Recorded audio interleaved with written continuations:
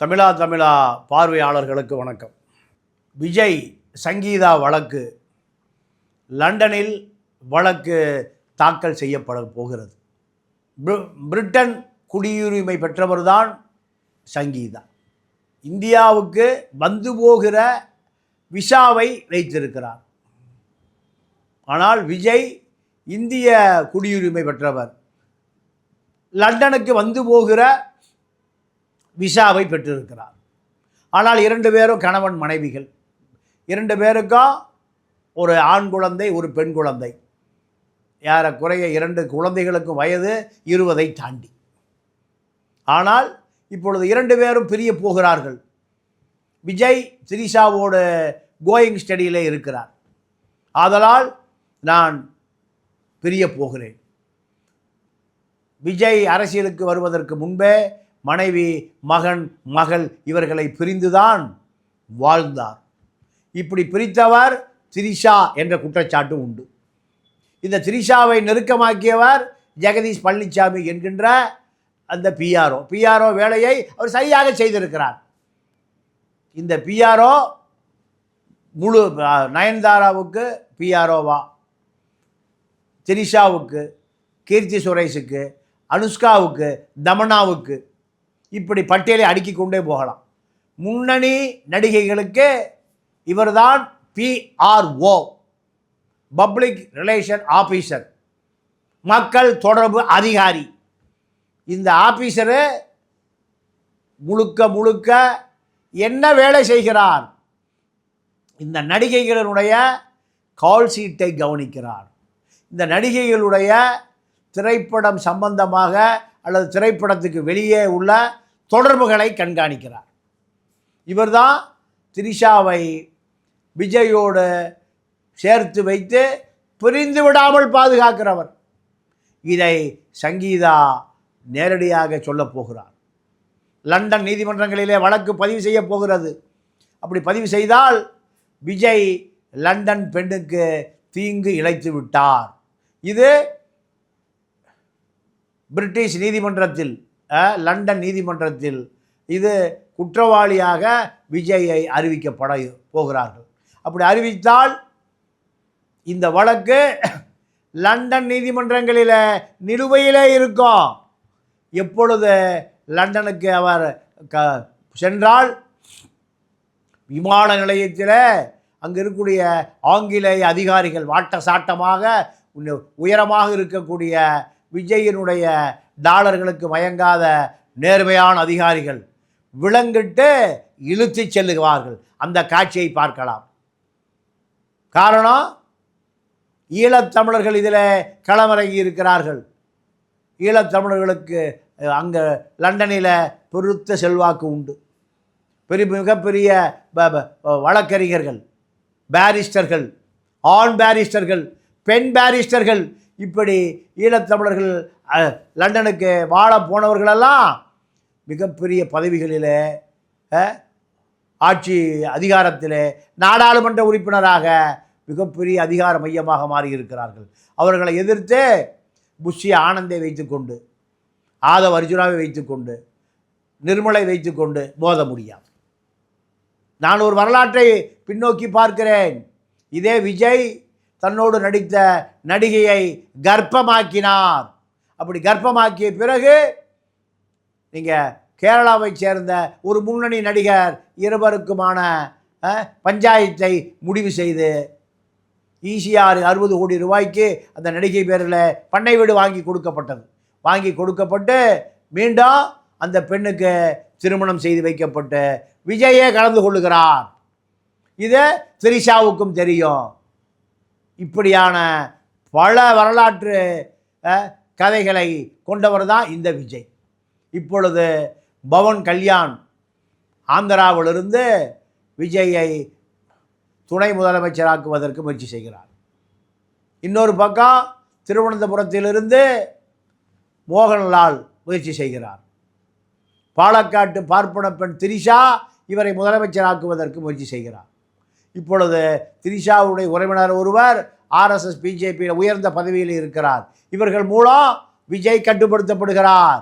இந்த தமிழர்கள் விஜய்க்கு பின்னால் அணி திரண்டு நிற்கிறார்கள். திரிஷாவால் கட்டுப்படுத்தப்படுகிறார்கள். மோகன்லால் திருவனந்தபுரத்திலிருந்து விஜயை துணை முதலமைச்சராக்க முயற்சிக்கிறார். பவன் கல்யாண் ஆந்திராவிலிருந்து நீ உனக்கு தலைக்கு மேலே 2 கத்திகள், ஒன்று திரிஷா கத்தி, மற்றொன்று அமித்ஷா கத்தி. 2 கத்திகளிலிருந்து தப்பிப்பதற்கு நீ உடனடியாக துணை முதலமைச்சராக என்னை போல் மாறிவிடு. அத்தனை அதிகாரிகளும் நமக்கு கைகட்டி நிற்பார்கள் இந்த திரைப்பட களிச்சடைகளுக்கு, கோடம்பாக்கத்து கழிவறைகளுக்கு. ஆகையால் மனைவியை விரட்டிவிடு, மகனை விரட்டிவிடு, மகன் தன்னுடைய அப்பனுடைய பெயரை இன்ஷலாக போட வேண்டாம் என்று முடிவு செய்துவிட்டு எனக்கு விஜய்க்கு சம்பந்தம் இல்லை. 51 வயது இந்த முதியவர், 50 வயதை கடந்தாலே இளைஞர் கிடையாது, முதியவர் தான் இவர். தமிழ்நாட்டினுடைய முதலமைச்சர் நாற்காலிக்கு ஆசைப்படுகிறார். கட்டுக்கடங்காத கூட்டம். இந்த கூட்டம் உச்சி வெயிலிலே கூடுகிறது. உச்சி வெயில் இவர் காலையில் பெறப்பட்டு ஈரோடு போவதற்கும் சேலம் போவதற்கும் விமானத்தை பிடித்து போவதற்கு உச்சி வெயிலில் ஆயிரக்கணக்கான தொண்டர் காத்து நிற்கிறான் என்றால் இவன் அறிவாளி என்று சொல்வதா, முட்டாள் என்று சொல்வது? கட்சியினுடைய ஊழியர் கூட்டம், நிர்வாகி கூட்டம் எல்லாம் திருமண மண்டபத்தில் தான் நடக்கும். ஆனால் திருமண மண்டபமெல்லாம் இப்பொழுது கூடுவதே இல்லை. திறந்த வெளி மாநாடு தான், உச்சி வெயில் மாநாடு தான். இந்த உச்சி வெயில் மாநாட்டின் மூலம் முதலமைச்சர் நாற்காலிக்கு வர விரும்புகிறார் விஜய். சங்கீதா ஒரு பக்கம் பழி வாங்கிய தீருவேன் என்று, சஞ்சய் ஒரு பக்கம், மகள் ஒரு பக்கம், தாய் ஒரு பக்கம் சோபா, தந்தை சந்திரசேகர் ஒரு பக்கம்.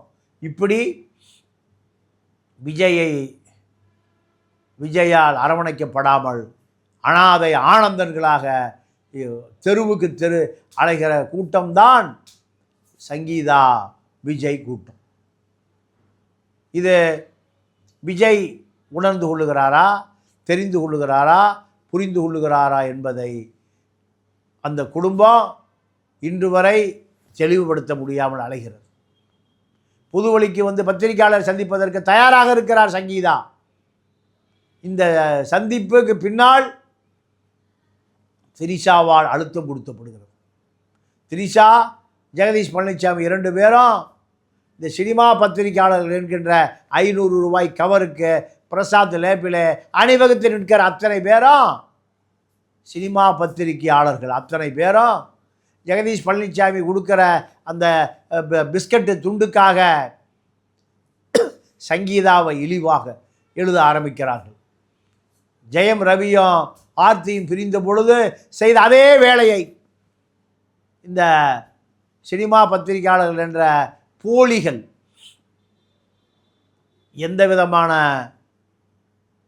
மனிதாபிமானம் இல்லாமல் எப்படி ஆர்த்தியை அசிங்கப்படுத்தினார்களோ, கேவலப்படுத்தினார்களோ, கனிஷாவை உயர்த்தி பிடித்தார்களோ, அவர்கள்தான் இப்பொழுது அதை செய்கிறார்.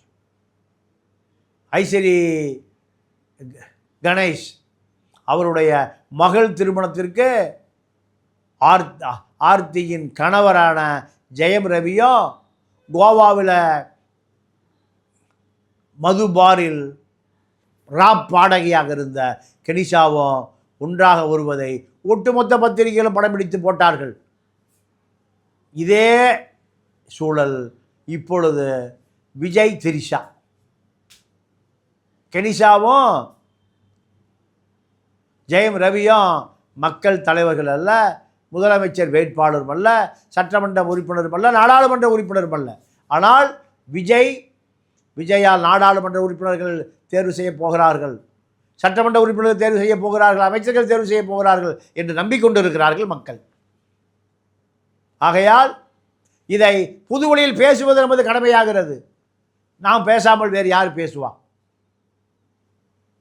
பாலக்காட்டு பார்ப்பன பெண் திரிஷா தமிழ்நாட்டினுடைய முதலமைச்சரை தமிழ்நாட்டினுடைய அரசியல்வாதிகளை தீர்மானிக்கத்தக்கவரோ? ஜெயலலிதா ஸ்ரீரங்கத்து பார்ப்பன பெண், ஐயங்கார் பெண், மைசூரில் வாழ்ந்து பெங்களூர் வழியாக சென்னைக்கு வந்தவர், தமிழ்நாட்டின் முதலமைச்சராக அம்மாவாக ஆகி போய்விட்டார். அவர் பெற்ற பிள்ளை தெரு தெருவாக அலைகிறது பிரேமா என்ற பெயரில். அது பிள்ளை என்றால் ஜெயலலிதாவும் எம்ஜிஆரும் வாழ்ந்த அந்த வீடு, பல ஏக்கர் வீடு, பண்ணை வீடு, நீச்சல் குளத்தோடு வீட்டில் எப்படி அவர் இருக்க முடியும்? ஜெயலலிதா பிள்ளை என்று சொல்லுகிற அவர் எப்படி அங்கு நீடிக்க முடியும்? இதெல்லாம் பல மர்ம கதைகளை கொண்டது தான் இந்த திராவிட இயக்கம். அது திமுகவாகட்டும், அதிமுகவாகட்டும், இதே போன்ற மர்ம கதைகளை கொண்டது தான் தாவேகா விஜயினுடைய அந்தப்புற வாழ்க்கை. இந்த அந்தப்புற வாழ்க்கை, இந்தப்புற வாழ்க்கையெல்லாம் தமிழனுடைய தலை விதி. பாலக்காட்டு பெண் திரிஷா தமிழ்நாட்டுடைய தலைவிதியை தீர்மானிக்கக்கூடியதை தமிழன் எப்படி எடுத்துக்கொள்ளப் போகிறார் என்று தெரியவில்லை.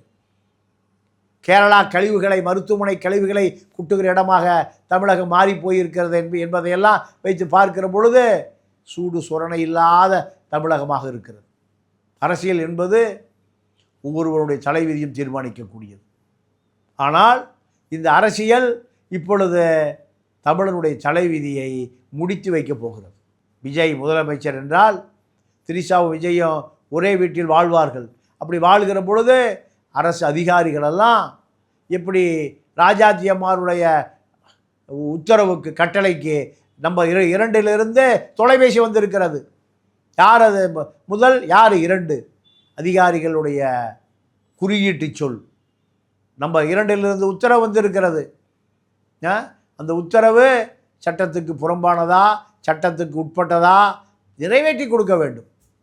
அதிகாரி மாற்றப்படுவார், அதிகாரி விரட்டப்படுவார். அப்பொழுது கருணாநிதியுடைய நிழலாக இருந்த ராஜமாணிக்கமும் வழியாக அந்த அதிகாரி தொடர்பு கொள்ளப்படுவார். சண்முகநாதன் வழியாக தொடர்பு கொள்ளப்படுவார். சட்டம் என்பதை நாங்கள் முடிவு செய்கிறோம், நீ சொன்ன உத்தரவை நம்பர் 2 எதை சொல்லுகிறதோ அதை செய்துவிட்டு போ என்றுதான் உத்தரவு வரும். தலைமைச் செயலாளரும் முதலமைச்சர் அலுவலகத்தில் இருக்கும். அதே நிலைமை ஜெயலலிதா இருந்த பொழுது சசிகலாவால் அத்தனை அதிகாரிகளும் கட்டுப்படுத்தப்பட்டார். அதே போன்று விஜய் துணை முதலமைச்சர் கண்டிப்பாக நடக்கும்.